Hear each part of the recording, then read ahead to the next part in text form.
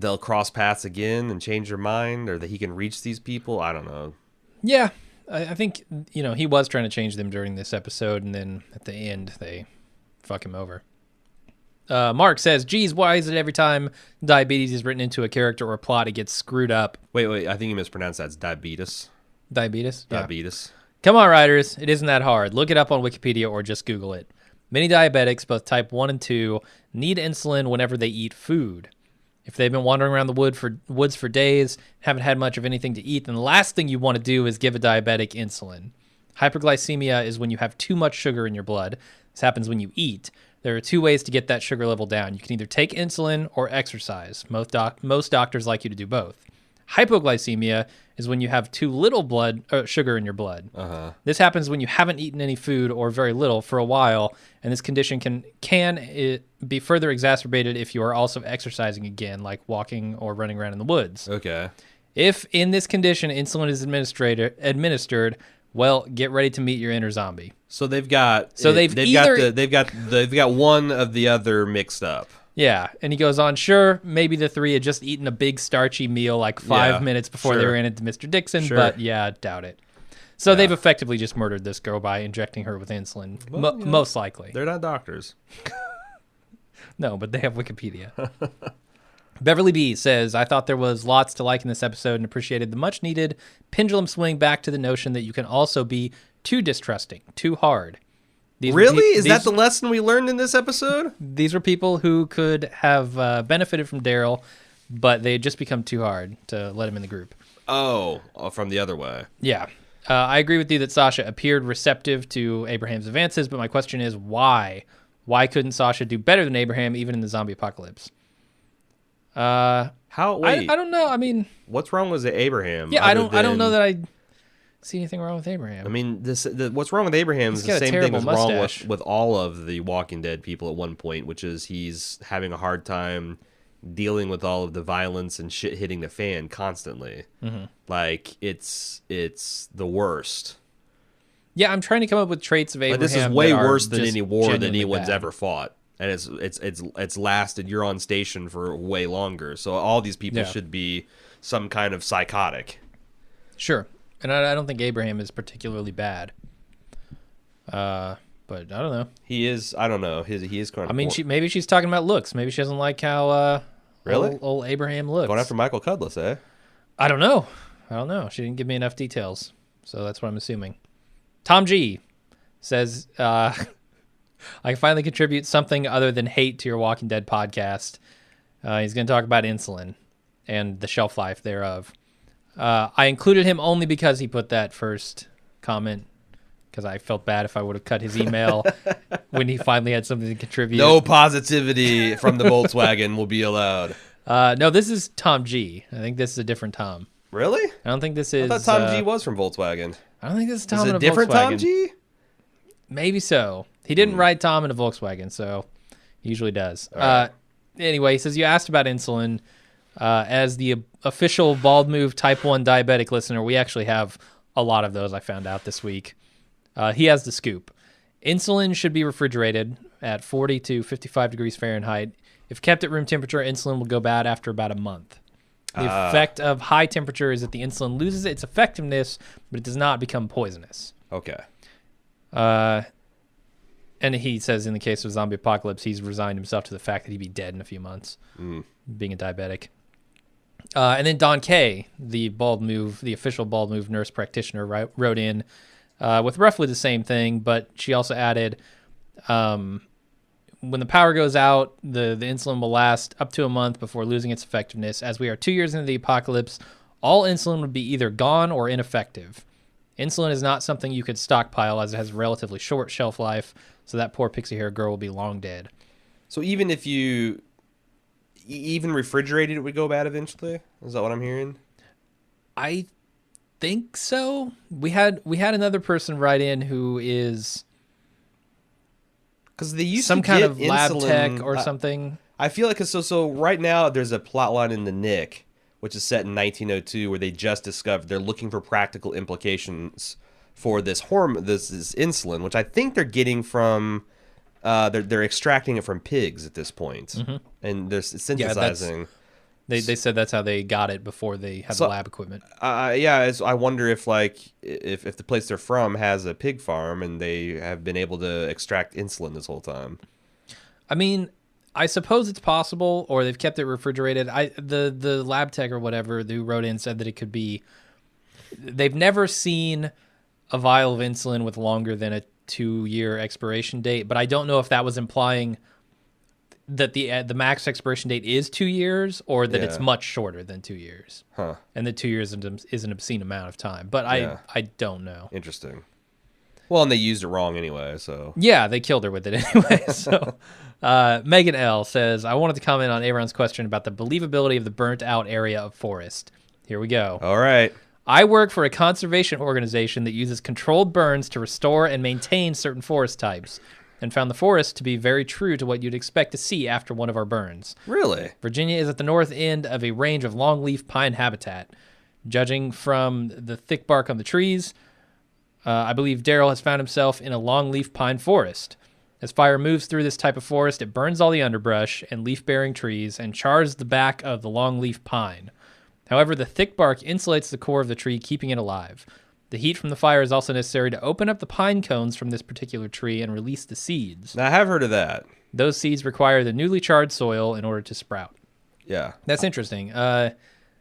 But she does mention the burnt underbrush, right? It burns all the underbrush. And that was the thing that I was worried about. It's like the black, black and tree trunks didn't bother me. It's the fact that there was like really tiny sub-pinky sized branches that were still left behind and strewn about the forest floor that I feel like that those would have been gone. But what are you going to do? Yeah, she says, long story short, after burn through a forest of this type, everything looks like it is coated in a thick blanket of black and gray dust. It's incredibly monochromatic.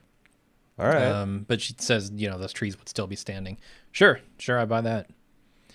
Andrew E. says... Truck fuel can't melt long leaf pine cones. There you go. No, it can. It can burst them open and cause the seeds to spread. Oh, sorry. I don't know. Andrew E. So I guess two people talking about their respective death wishes in the zombie apocalypse equivalent. Is the zombie apocalypse equivalent of, so what kind of music do you like? Fucking sexy. Why is Gimple so hot for these really densely plotted stories with multiple time jumps and a split up cast? He's not good at them. We've covered like a day or two since Pete killed Reg. I know neither when nor where we are in the story. I propose a new screenwriting principle called Gimple's Razor, wherein the most complicated and infuriating option must be chosen at all times. Yeah. Gimple's Razor. It's the opposite of any kind of Occam or Martin's razor concept. Wow. So that would be, what's the opposite of a razor? It would be something very dull, right? Gimple's butter knife. I don't Gimple's know. caviar spoon. I'm not having any luck here. I like the butter knife. Gimple's butter knife. Gimple's spork. It's Gimple's spork. Gimple's Taco Bell spork. Yeah, it has just enough to where it's functional. Just enough points to prick you once in a while. Yeah. Nothing for serious cutting. Nah. Okay. We've got also he takes the same 5 ingredients and keeps mixing them up and serving them up to you and pretending it's a new product. Next, it's a new Glen Cruncherito coming at the end of this season. Oh, what does this have on it? Beef, cheese, and beans. Wait, that's the same as the Rick Crunch wrap you gave me just a week ago. It's the world we live in now. Wrap with sour cream. This looks awful lot like season 2 Enchilito. No, it's entirely different. All right, Edmund says this episode was all right.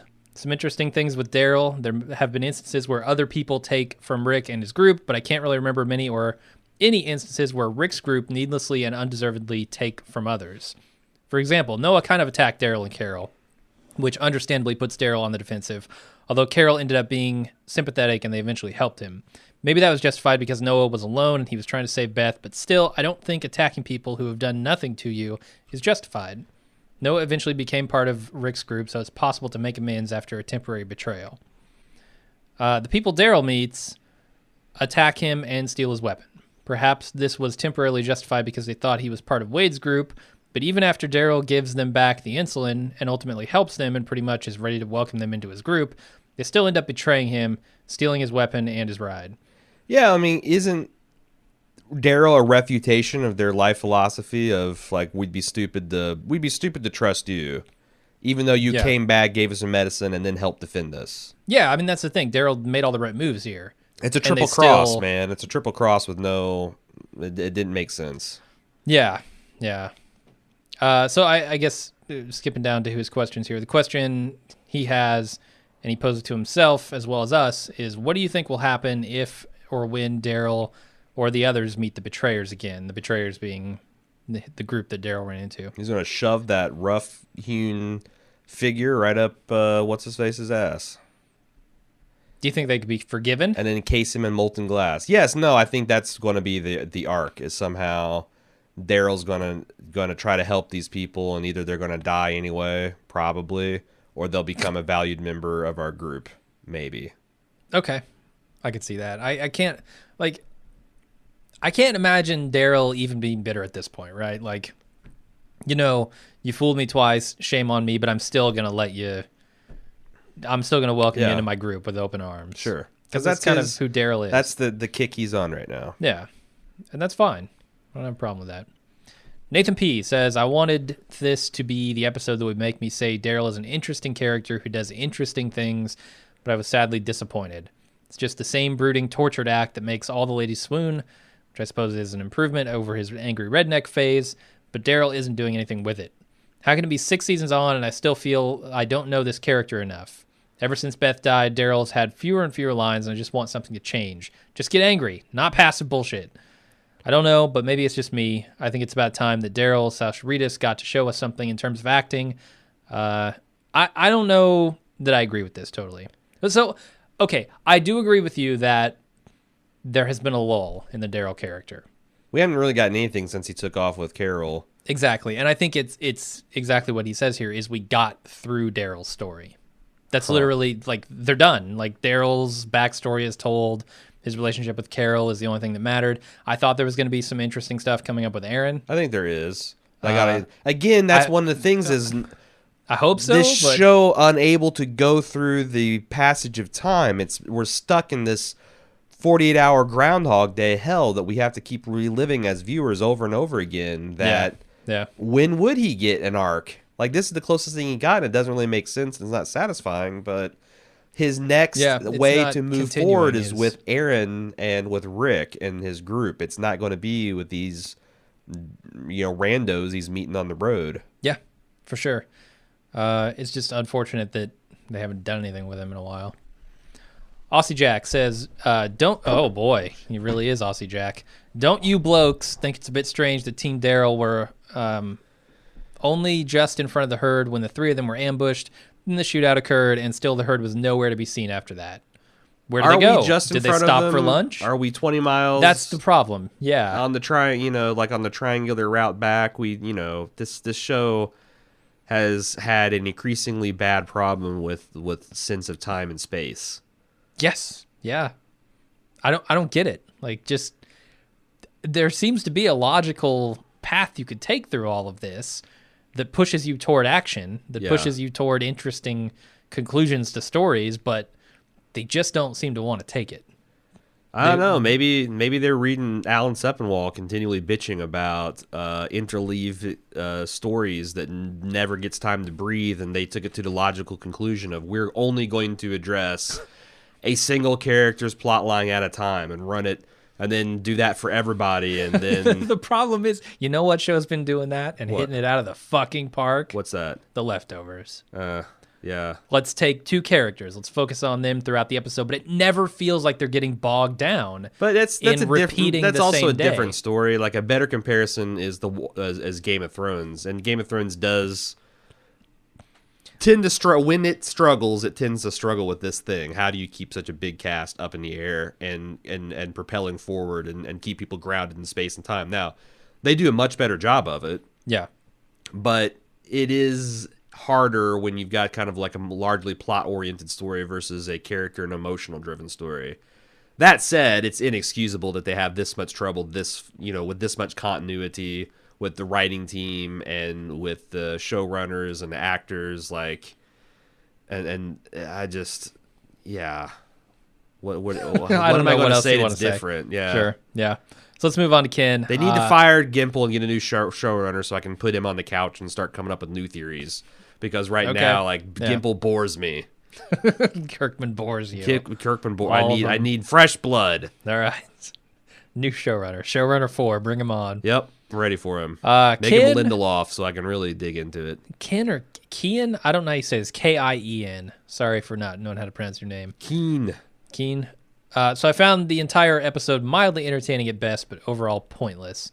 Yep. If the idea was to build character development for Daryl, Abraham, and Sasha, I thought they failed miserably, as there was literally zero growth out of any of these characters. I disagree. I think Abraham is back on track. He says, I say that even for Abraham, as we've seen so little of him, that this Death Wish version of him almost comes out of nowhere, and nothing really drives him to change his thinking other than a box of cigars.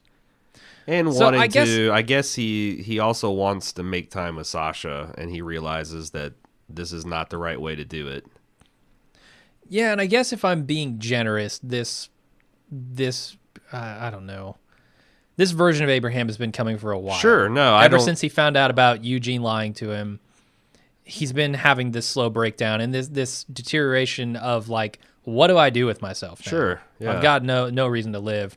I think they did a fair job of setting that up, but it was a while ago, and it doesn't feel like there has been a particularly smooth build up to that. No. It did feel a little bit out of nowhere, but the problem not totally. is this change has come out of nowhere. It's like he's had in the back of his mind, I kind of want to be a family man again, and I want to start building a family, and I'm going to start with this woman who calls bullshit because I need that. But he's been the gung-ho Rambo taking insane risks Abraham, having a problem with his lady friend doing same, and I'm not sure exactly what is off with it. But it's also the least off thing that was in this episode. Yes. So I don't want to pick at it too hard. Okay. Mike from North Wales says, just watched the episode, wanted to share my latest fuck yous and a prediction on the rescue of Glenn from inside the magic dumpster. He's got several fuck yous here, 4 to be exact. Ooh. Number 1, fuck you, Gimple. A woman that needs insulin daily gets killed by folding quicker than Noah's lawn furniture by walkers encased in glass and was still alive. At this point in the apocalypse, fuck you. In case of insulin dependency, break glass. So you'll just die. Yeah. 2, fuck you, Hardwick. No particular reason other than the usual. He felt extra sad puppyish at the end of this episode, knowing he's going to have to cool his heels for an hour of kung fu. That's right. Yeah, it's like, don't. Yeah. I was watching Into the Badlands, my DVR copy of it, and he's like, don't forget me. He's got to sit around in the studio for an hour. Yeah. Waiting. Yeah. He's on set just looking at his watch the whole time. No, yeah. And because he saw that, he's seen Into the Badlands before. He got a screener copy weeks ago. Yeah. Sonny's exploits hold nothing for him. Number 3, fuck you, Glenn. The Seabead call for help right at the end of the episode was obviously Glenn. I think we both disagree. No. Which means he escaped the unescapable and is now safely ensconced in his dumpster bunker. He predicts that Abraham's RPGs will be the method of salvation there. Huh. Which might be cool, but I doubt it. I doubt it, man. Number 4. See, if Glenn could have gotten in the dumpster... Yeah. And that he's surrounded by a sea of zombies, that would have been a great way to end it. But I mean, assuming it's one of those like double, although it was stuffed to the gills, like he'd have to they'd be there for a while, emptying out a bunch of dumpster shit on top of these walkers, getting inside. Huh. Assuming it was even a double top. Why do you say it was full to the gill? And it was padlocked because you could see it. Oh, was it? Okay. Yeah, it was full and padlocked, so no chance. Never mind. Number 4, fuck you, music. The music score is telling me. Is even starting to annoy me now as its dramatic, serious tones are telling my subconscious this is a serious drama when my eyes are telling me it's Benny Hill with zombies. Yeah. Lighter music and popular music replacing this would sit easier with my brain as I strap myself in for my weekly dose of the Walking Dead farce. Yeah, because I don't want to watch a lot of network dramas. So it's really weird to see such high production values in the service of so much bullshit. Yeah. Like, I remember when I watched the Twilight movies and only watched it to see the riff tracks versions of them, but I was struck by how much money and art went into making something so terrible and uninteresting. And I felt the same way when I was watching the 50 Shades of Grey movie. It's like, this is terrible on so many dialogue and character levels, but holy shit, it looks amazing. Yeah. And they spent a lot of money to get music for it and all that. And that's... I feel like this is a lot of people's Final Fantasy. Like, you take Final Fantasy and you play that game when you're 12 years old. It's like, holy shit, this is the best story I've ever seen. Sure. I can't believe, oh my God, they killed one of my favorite characters. That's incredible. Whereas you show this to a 35-year-old and they're like, dude, I've seen this 15 times, and this is a poorly executed version of the same thing I've seen 100 times. Like, and I feel like it also had the benefit of timing, right? Like, kind of like we did with our Breaking Bad podcast. The Walking Dead hits at the time when zombies are super popular. It's the only thing out there for zombies on TV, and people just flock to it, and now they kind of get, co-opted by the show. Yeah, they're just in it to be in it. Yeah. So nope. I don't know. And then the money comes, and then they just continue to do what they're doing. And I do wonder what had happened if they'd kept Darabont on. Me too. Every day. Stephen Colorado. Why do the writers feel the need to use such convoluted and unnecessary figures of speech in the characters' dialogues whenever they start talking about their feelings? I get that this way of talking is an important part of Abraham's character, but the whole conversation between him and Sasha in the insurance office just came off as angsty and cringeworthy. I wanted Russ Cole to walk in, pointing a gun at the two of them, and tell them to shut the fuck up. And he links to the scene with Reggie Ledoux, which is good. I don't know. I mean, yeah, it feels stilted, but I'm so used to it at this point from The Walking Dead that I didn't really notice it. On Reddit, they're talking about, like, in the thread called "Why Don't People Just Have Conversations Anymore?" He said that he was rewatching season 2, and like everybody, up until like I guess now, everyone bagged on season 2, especially the first half of season 2, as being the worst The Walking Dead could be. But he's like, I was kind of amazed at how more natural the conversations were. It was about real everyday stuff, like needing to eat and where are we going to do this and how do we take care of that. And now everything is in these really highfalutin, high concept, post-apocalyptic conversations all the time. Yeah. All the time. Yeah, I wonder if it's a symptom of getting these new characters we haven't heard it from yet, and they're like, but Sasha and Abraham have been together for so long, the fact that they would never have conversations like these, and all the months that they've spent together, and all the nights that they've spent by campfire, it's just, I don't know. Yeah, I don't know. Telling these backstories is rough, because they're all kind of the same, right? Yeah. Like, I had an okay life until the zombie apocalypse, and now I got to deal with it. No, I mean, it does feel like they need to stay plot focused. I would like that. A little more plot focused, a little less character stuff, because that's not the show's forte. Stu from Wales says, this episode feels like a way of setting up a big finale. We have the explanation of the forest fire, bringing all the zombies to the yard. Alexandria has a lot of zombies. After this episode, they will also have a fuel tanker and an RPG launcher and RPGs. That sounds cool. Sounds awesome. You can blow some shit up with that recipe. Yeah.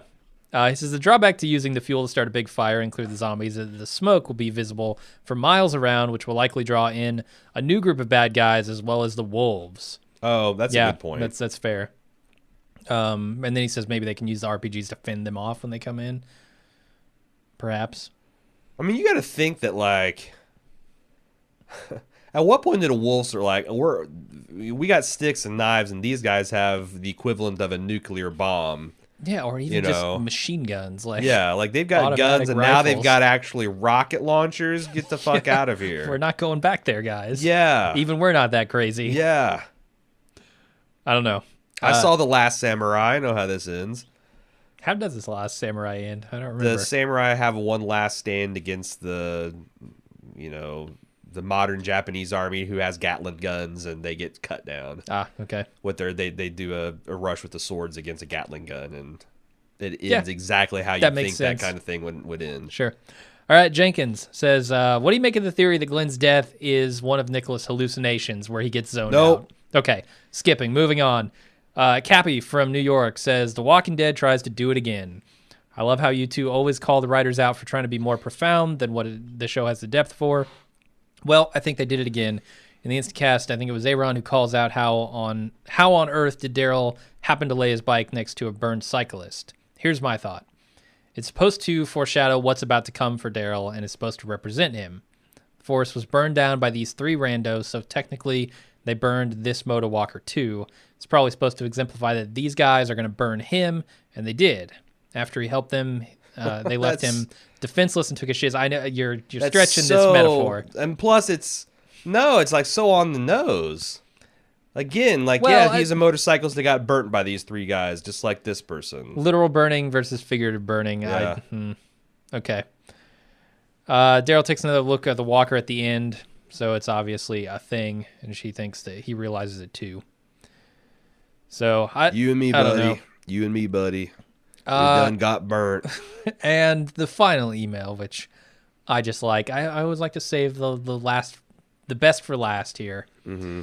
It's Hugh Gallen of the Hungry Dads podcast, who is, might I say, a true authority on snack food. Uh-huh. The Hungry Dads podcast is all about I actually read food. this email. I try to stay away from The Walking Dead. Okay. But I see Hungry Dads, and I'm like, I'm hungry and a dad. Yeah, sure. How can I not read this? He says, I'm writing to you about oatmeal cookies and the comments you made about them in the last episode. Super disappointed in this email, by the way. It started strong. Hungry Dads just went down from there. It just so happens that I was engaging on some oatmeal cookie debate the exact same week on my own podcast. I argued that oatmeal raisin cookies are underrated, but I couldn't seem to convince anyone. Your criticism of oatmeal raisin cookies and the talk about cookie equality at Subway was quite funny, albeit contrary to my own perspective. I think if you tried oatmeal raisin, you'd be pleasantly surprised. Oatmeal gives a great texture, and the raisins keep you regular. What's not to like? I'm not looking for roughage in my cookie, man. I don't eat cookies to keep me regular. I feel like now every time I go to the Subway, I want to take a picture of the cookie box. Because every time, my experience is they're always out a fucking chocolate chip. They always have a shit ton of white chocolate macadoon or whatever the fuck it is. Yeah. And oatmeal raisin. I'll throw him a bone here. Oatmeal is not a bad texture in a cookie form. It's my preferred cookie. The flavor I don't like. The texture is decent. My preferred cookie is oatmeal chocolate chip. Oh shit! I didn't even think you could combine those. That's a cookie that eats like a meal, and I really might. When I'm making homemade cookies, that's what I'm making. See, oatmeal cookies just you can't make them quite as chewy as like a really good chewy chocolate chip cookie. I don't know about that. I mean, maybe you can make them, but I've never had one that's quite as gooey and chewy as chocolate chip. But it all goes wrong. I mean, that's the thing. Like once you put the raisins in there, and I feel like they always have to have like a snickerdoodle aftertaste to them. You can't just make a straight up And you can really fuck up the texture of a chocolate chip cookie too. Sure. Like get the crunchy shit out of here. Yeah. Yeah. It's all about the gooey, chewy stuff. Agreed. Yeah, the Chips Ahoy chocolate chip is an abomination. So that's a baby biscuit essentially with chocolate chips in it. Well, they have the chewy. Oh, those are even worse because I feel like they put some kind of plastine. Yeah. Unnatural chem. They've taken a Chips Ahoy chocolate chip and saturated it with some kind of, I don't know, jet fuel chemical. Yeah. So I'll say this: it's harder to fuck up the texture of an oatmeal cookie than it is to fuck up the texture of a chocolate chip cookie. When you start off with the texture of a bowl of oatmeal, it's probably harder to mess up that texture. But the texture doesn't get as good on an oatmeal cookie. The floor is not as low because you can have a really bad chocolate chip cookie, but the ceiling's not nearly as high. All right, I think we've cracked it. But that only applies to texture. The taste of oatmeal is bullshit in a cookie. I'm gonna have to. And you add raisins, and I'm gonna have to give you my chocolate chip oatmeal cookie and see what you think, Jim. All right. That's it for emails. We do have some spoiler stuff that I guess we'll need to talk about. All right. So if you're into that, I don't know, stick around after the music. Please pull out of this death spiral, Walking Dead.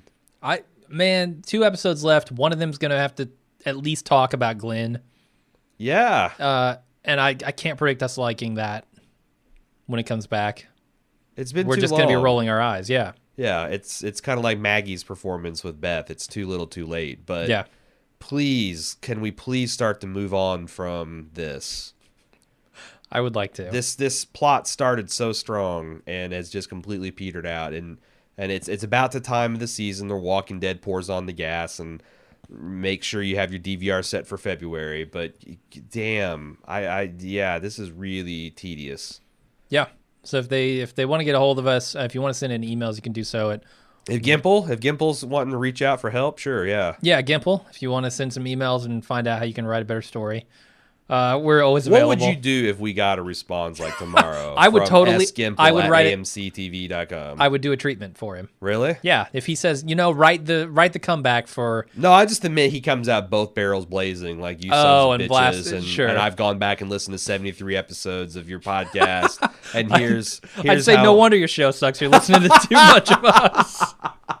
That's right. You can't beat us no matter what you do, Gimple.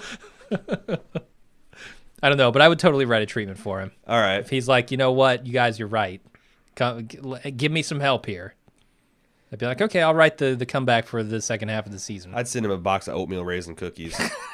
Some real shitty ones. How you like them apples? Yeah, some dried out, gross ones. All right, that's it. Send your emails I'd use to prunes instead of raisins. WalkingDead@baldmove.com. Watching Dead? I don't even Watching know. Dead. Watching Dead. Secretly, they both work. Don't send them to hosts at baldmove.com. Some people have been doing that, and they don't get included in the show. Yeah. So, sorry. And that's it. You can go on Facebook or Twitter and do that thing. Yeah. Bald Move on both of those. Forums. And if you want spoilers, we're going to do some of that after the music. If not, I'll see you next week. Until then, I'm Jim. I'm Aaron. See ya.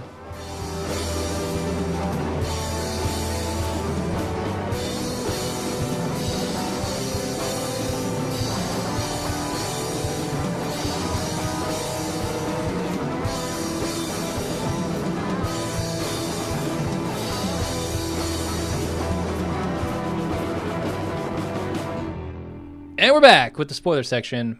Do you have anything to talk about spoilers, or should I go right into emails? No, I think I know what you're going to talk about, so yeah. I'll let the listeners go.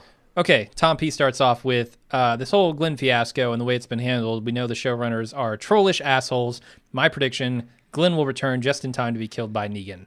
He'll show up, there'll be a super brief reunion, and then he'll get beaten to death. It's too perfect. The ultimate fuck you.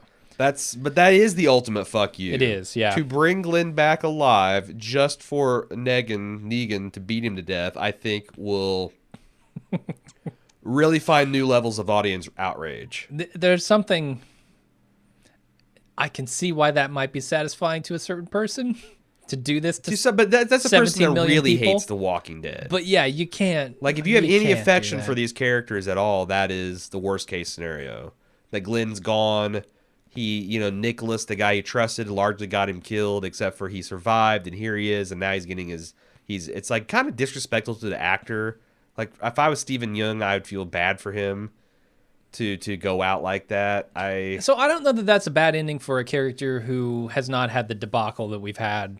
No, of the dumpster fire, right? That's kind of a cool, like, it's supposed to be how shocking. Is Glenn going to get out of this dumpster thing when he's still on the dumpster and we're worried about him? It's supposed to be shocking, but not like this. Yeah. Not like this. This is cruel.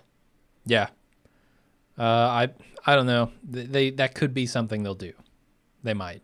Now they do that, and Daryl volunteers to take his place, and Daryl's beat to death. I would be fine with that.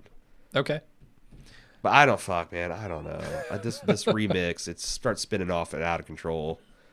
Samuel M. says, I believe that this Sunday we got our first look at Negan's group. I think that the man that took Daryl's crossbow will turn out to be Dwight. Yep. If memory serves me correct, he is a mole within Negan's group who actually uses a crossbow, which will be an interesting way to tie Daryl's original show character to a comic book character. And also, I guess this guy has a burned face. Dwight in the comics. Yes. Says, I'm guessing next time we see the crossbow thief, he'll have a hound-style burned face. Did anyone mention the Sharon connection too? I don't think so. So here's another thing is, on Dwight's backstory, if I recall correctly, his wife is Sharon, and the reason he got burnt is because, so Negan takes a bunch of wives, but he only takes the willing ones. And if you join his harem, you get a bunch of special treatment and whatnot. And somehow I think that the story with Dwight, and I stopped going back and rereading the arcs before we did them because it was doing me no good. But his wife somehow it wanted to be with Negan, or maybe she was coerced into being on Negan, or maybe she did it to save her husband. Her husband tried to still have relations with him behind Negan's back, and I believe Negan burnt him with an iron, burnt half his face with an iron to kind of teach him a lesson.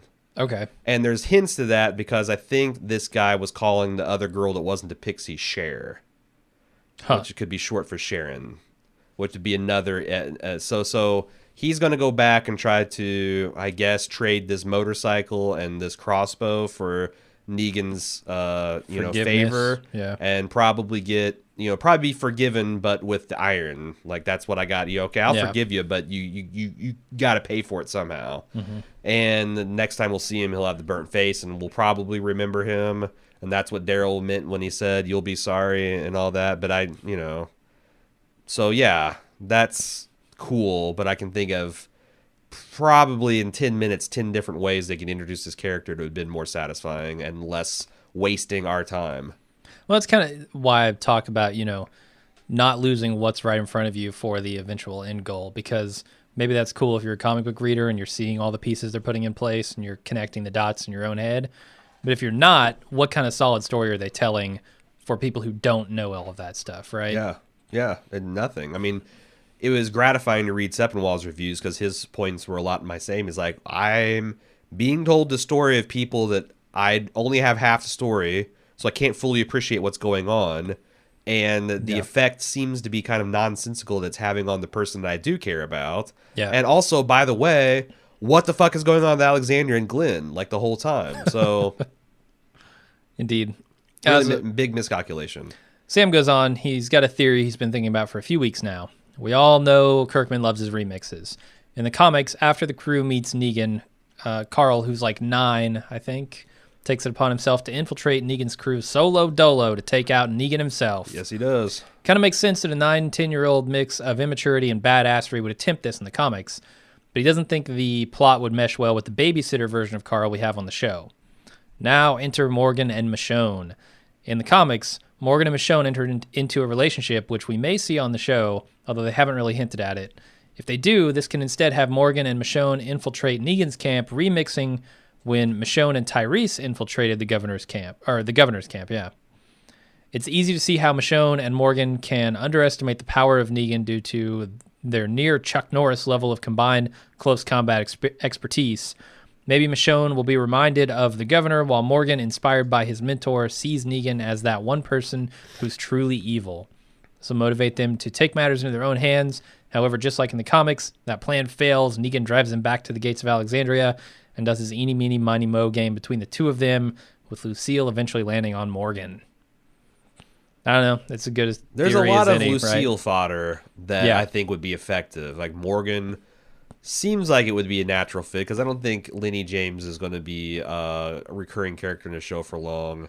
Yeah. Glenn, because he's one of the original, and I mean, also that's how it went down in the comics. Daryl, just because that would really shock the shit out of people, I think. Although it would have been, I think he's self-admitted there again. If I just keep thinking, like, what if we were at this point at the end of season 5? It felt like that would have been a more natural rhythm with less filler. Yeah. But I don't know. All right, let's move on to Ashley. She says, so that said, I don't know what that was, but it was before this, obviously. I think Dwight is going back to the Saviors. You're trying this non-linear email. I am. That's all the rage of The Walking Dead right now. Yeah, it's fucking me up. I'm losing the thread of the now for the goal. This should be the black and white email. You don't know what this email was like before. This is the email we're living in now, Jim. I think I removed the first part of this because it was kind of piggybacking on this idea that this guy is Dwight. Okay. And she thinks that Dwight's going to go back to the Saviors, which I guess is this group that we saw this time with Wade. Yeah. Is that right? Megan's group is the Saviors. Oh, okay. I wasn't sure who the Saviors were. There's another group that's pre-Negan. With this Wade guy, right? I don't know. Because, again, I didn't read this, but the way I recall it is there's another group that Rick, kind of like, I guess, the Wolves, that Rick just completely kicks their ass up between their shoulders and gives him this huge inflated ego of how badass they are. So when Negan and his crew rolls in, Rick badly underestimates it, and as a direct result, people die, and the people have a much, much harder life because of it. Okay. And then it's the story of how he can turn the tables on that. But there, I think the wolves are serving that intermediary purpose. Mm-hmm. All right. Well, she's saying he's going to go back to the Saviors, and now that he has Daryl's crossbow, somebody's going to get Abraham's comic book death, which is a bow through his eye. Yeah. I didn't know about that. It may still be Abraham, but Kirkman has said he kind of regretted killing him that way, as he does with everything he does in the comics, apparently. So she's not sure, but she thinks it would be awesome if Daryl got killed with his own crossbow. That would be pretty intense. Yeah, I think that's a decent way to go.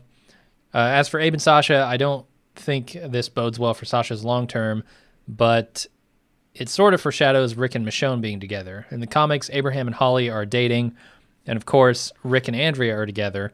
Holly and Andrea are both blondes. At some point during All Out War, Negan captures Holly, mistaking her for Andrea. Then he can use her to get to Rick. Yep. So given that Sasha and Michonne are the only two black women on the show, I get the feeling that Negan will take Sasha, thinking she's Rick's girlfriend, and find out that he's got the wrong one. I'm not sure that Michonne and Rick are going to be together at that point, right? It seems to be Rick and Jesse right now. Which I don't know that we have any doppelgangers for Jesse. No, but I think Jesse gets killed pretty quick here too. Oh, okay. So maybe Rick and Michonne will hook up. Yeah, and they're kind of laying the tracks of that too, with this kid being so clingy to Jesse, and there's going to be eventually something's going to go wrong with the walls, and if it goes down like the comics, Alexandria will be half hot and cold running zombie, indoor running zombie, and there'll be a shit show, and Rick's trying to save everybody, but Jesse can't leave her kid, and her kid gets bit, and then she gets bit, and a lot of biting. Carl gets his eye shot out. It's a shit show. Abraham and Daryl both get their eyes shot out. It'll be interesting to see how well this goes down, because I feel like that there could be, there could be a hell of an episode at the end of this season. I can totally see that happen, and I think they would probably crush it, and we'll be like, why don't they do this all the time the way we always do? Yeah, sure. That's the end of a Walking Dead season. Yep. Olivia D. Had to cut most of her stuff for time here. Had some good stuff on insulin, though, but it was kind of covered elsewhere. Anyway, she says, I've seen pictures of Chandler Riggs rocking a bandage over his eye. Really? I guess, yeah. I don't know, they could be trolling, too. Who knows? Yeah. I've seen them do fake pictures of stuff like that. Sure. She says Ron is going to make a move to kill Rick during the mayhem of the herd being inside Alexandria. Carl will be shot in the eye. After the super fuck-up of Glenn's death, how do you think the audience is going to react to Carl's wound? Will they pull the same bullshit and release a statement about how he may or may not be dead? Or after all the Glenn backlash, will they have Chandler Riggs go on The Talking Dead and say, Carl is alive, but who knows how this injury will affect him? So that's the thing, right? He gets shot in the fucking head, but he doesn't die. It doesn't die. Yeah. Like, I feel like that's something you can get a couple of episodes of drama, because then you've got... They did this in season 2. Well, then you've got... Carl got shot. You got Denise, who is not a surgeon, who's a doctor, trying desperately to save him, and is she going to have the skills to do it? And it's like, that is dealing with a dramatic situation head on. It's not. Yeah. Carl got shot in the face, 4 episodes of filler. Okay, let's see if he died or not. Like, I could see that the battle from raging, what that would do to the Rick, and what that's going to do to the community, and whether they rally around him, or could be interesting. It's not a jerk around. And there's like I thought Sepulveda had some smart things to say, contrasting the way the Leftovers handled a kind of a teaser death at the end of its episode with The Walking Dead. He said that the way they treated Glenn, if Glenn turns out to be alive, that's going to feel like a taunt to the audience. Like, ha ha, made you Fooled think made you feel something for this beloved character, where the way the Leftovers handled it, it was a tease, which is giving a lot of evidence that there is more to the situation than it meets the eye. Same way in True Detective, that felt like a taunt. Not obscuring evidence that would suggest that. When there's another kind of fake out death that felt like a taunt. Yeah. But at least it was immediately resolved in the next episode. It was. In a way that felt real. So you do a taunt, and then you dangle that taunt over the audience for 4 or 5 episodes. It starts to really get some bad blood. Yeah, no, I agree. Well, it's going to be interesting seeing how they end this season. That's the end of our emails and the end of our show. I guess we'll see you guys next week on the live watch, instant cast stuff. And until then, I'm Jim. I'm Aaron. See ya.